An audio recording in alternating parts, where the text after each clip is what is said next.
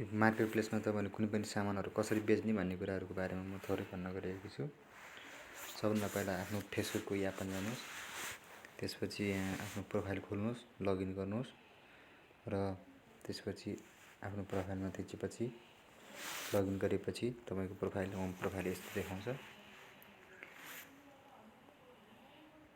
Home profile यस्तो हुन्छ। यसमा पहिला थिचेको हुनुपर्छ। त्यसपछि तपाईको प्रोफाइलको सिन यस्तो देखाउँछ। अनि मार्केट प्लेस खोज्नको लागि तपाईको मोबाइलै पछि तपाईको फेसबुकै एकाउन्टै पछि फरक फरक हुन सक्छ। त्यसमा तपाईले के याद गर्नु भने एउटा कुरा यस्तो चिन्ह भएको यो मात्र याद गर्नु, घरको चिन्ह भएको।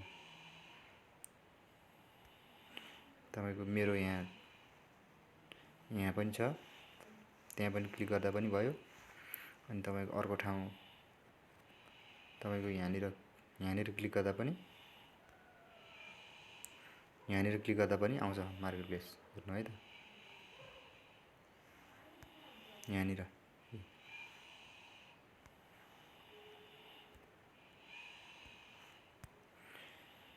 अनि तपाईको यहाँनिर क्लिक गरिसकेपछि यहाँ पनि तल यसरी देखाउँछ।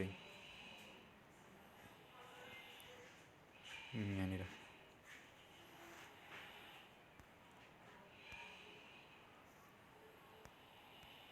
तपाईँ कहाँ देखाउँछ त्यो घरको चिन्ह कहाँनिर छ त्यो मात्रै खोज्नु तपाईले, अरु केही पनि खोज्नु पर्दैन। पहिला होम पेजमा जाने, होम पेजमा गएपछि यो घरको चिन्हमा यहाँ गए पनि भयो। अनि यो 3-4 वटा थोप्लो भएको ठाउँमा थिच्दा पनि भयो। तपाईले जहाँ थिच्नु भयो नि भयो। अनि यो सेलको आइटम आइरहेछ नि, सेलको यहाँनिर हो, त्यहाँनिर ओके गर्ने, त्यहाँनिर थिच्ने। त्यहाँनिर थिचेपछि यहाँ क्रिएट न्यू लिस्टिङ भनेर आउँछ।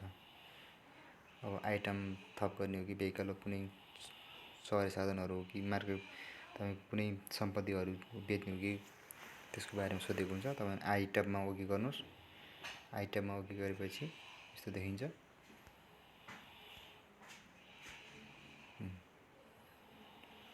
आइटम ओके गरेपछि यस्तो आउँछ। सबभन्दा पहिला तपाईले कुन आइटम हाल्दै हुनुहुन्छ मार्केट प्लेसमा त्यसको बारेमा फोटो हाल्नुहोस्। अब पहिला चाहिँ तपाईले के प्रोडक्ट आफ्नो प्रोडक्ट बेच्ने हो त्यो चाहिँ तपाईले हालेको हुनु पर्यो, फोटो हुनु पर्यो तपाईसँग। मैले अहिले यही फोटो हाल्दिनु। तपाईले फोटो एउटा भन्दा धेरै नै हाल्न पनि सक्नुहुन्छ, 4-5 वटा जति पनि हाल्न सक्नुहुन्छ।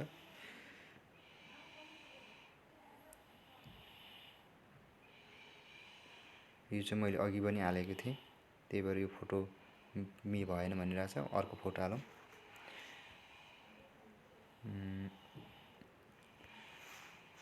अर्को फोटो यो हालौँ। अब तपाईँ यसको आफ्नो सामानको यहाँ शीर्षक दिनुहोस्। सर्ट, टी सर्ट, अब प्यान्ट, टोपी, ल्यापटप के राख्नुहुन्छ, के को बारे के सेल गर्नुहुन्छ त्यसको बारेमा ल्यापटप लेखौँ। अनि प्राइस अब अनुमानित प्राइस लेख्नु भए नि हुन्छ, नलेख्नु भए नि हुन्छ। अनि ल्यापटप भइहाल्यो। कन्डिसन नयाँ पुरानो के हो त्यसको बारेमा लेख्नुहोस्। न्युनै लेखिदिन्छु। अनि यो अब ल्यापटपको बारेमा अलिकति वर्णन गर्ने, आफ्नो सामानको बारेमा अलिकति भन्ने। ल्यापटप इन एफोर्डेबल प्राइस भन्ने पनि भयो। कम मूल्यमा एकदम राम्रो ल्यापटप भनेर लेख्नु पनि भयो। अनि जे गरेर जे भनेर लेख्नु भए नि हुन्छ। अनि आफ्नो बारेमा त्यहाँ अलिकति यो यस्तो खालको ल्यापटप चाहिएछ भने सम्पर्क गर्नुहोस् भनेर तपाईले लेख्नु भए नि हुन्छ। अनि यहाँ लोकेसन तपाईले चेन्ज गर्नुहोस्। लोकेसन चेन्ज गर्नु छ भने, नत्र त्यसैलाई ठिकै छ। यहाँ अब लोकेसन यहाँ देखिरहेको छ। बालाजु काठमाडौँ हाल्नुभयो भने हाल्नुहोस्। अनि मोर डिटेल्स भनेको छ, ब्रान्ड कुन ब्रान्डको हो देखाइरहेको हुन्छ। प्रोडक्ट लाइन कुन लाइनको हो एउटा चुज गर्नुहोस्। Laptop type, gaming, netbook, ultrabook यस्तो देखाइरहेको हुन्छ। अपरेटिङ सिस्टम कुनको हो त्यो त्यसको बारेमा हाल्नुहोस्। अनि लिस्टिङ अप्सन यो साथीहरूलाई देखाउने लुकाउनेको बारेमा हो यो। अनि मार्केट प्लेसभन्दा अरूमा पनि तपाईँले यो देखाउन चाहनुहुन्छ कि हुन्न भन्ने विषयमा हो यो। यसरी अरू अन्त पनि देखाउनुहुन्छ भने यसरी तपाईँले यसरी क्लिक गरेर तपाईँले धेरै ठाउँमा देखाउन सक्नुहुन्छ। अहिले मैले यसलाई क्लिक गरिनँ।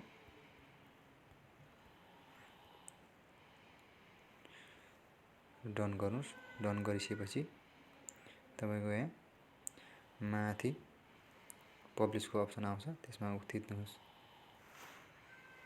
त्यसमा थिचेपछि तपाईँको पब्लिस हुन्छ। तपाईँको सामानहरू देखिन थाल्छ। अहिले चाहिँ मैले यो पब्लिस गरिनँ किनभने अघि भर्खर पनि मैले एउटा पोस्ट गरेको थिएँ। तपाईँको आफ्नो प्रोडक्टहरू सेल्स भइसकेपछि चाहिँ तपाईँको पब्लिस भइसकेपछि तपाईँको यहाँ यसरी देखाउँछ यो लिस्टिङ भनेर। यहाँनिर यो लिस्टिङमा ओके गर्नुहोस्। त्यसमा तपाईँको कुन कुन लिस्टिङ छ सबै देखाउँछ। यहाँनिर कतिजनाले हेऱ्यो के छ के को बारेमा हो सबै कुराहरू देखाउँछ। ल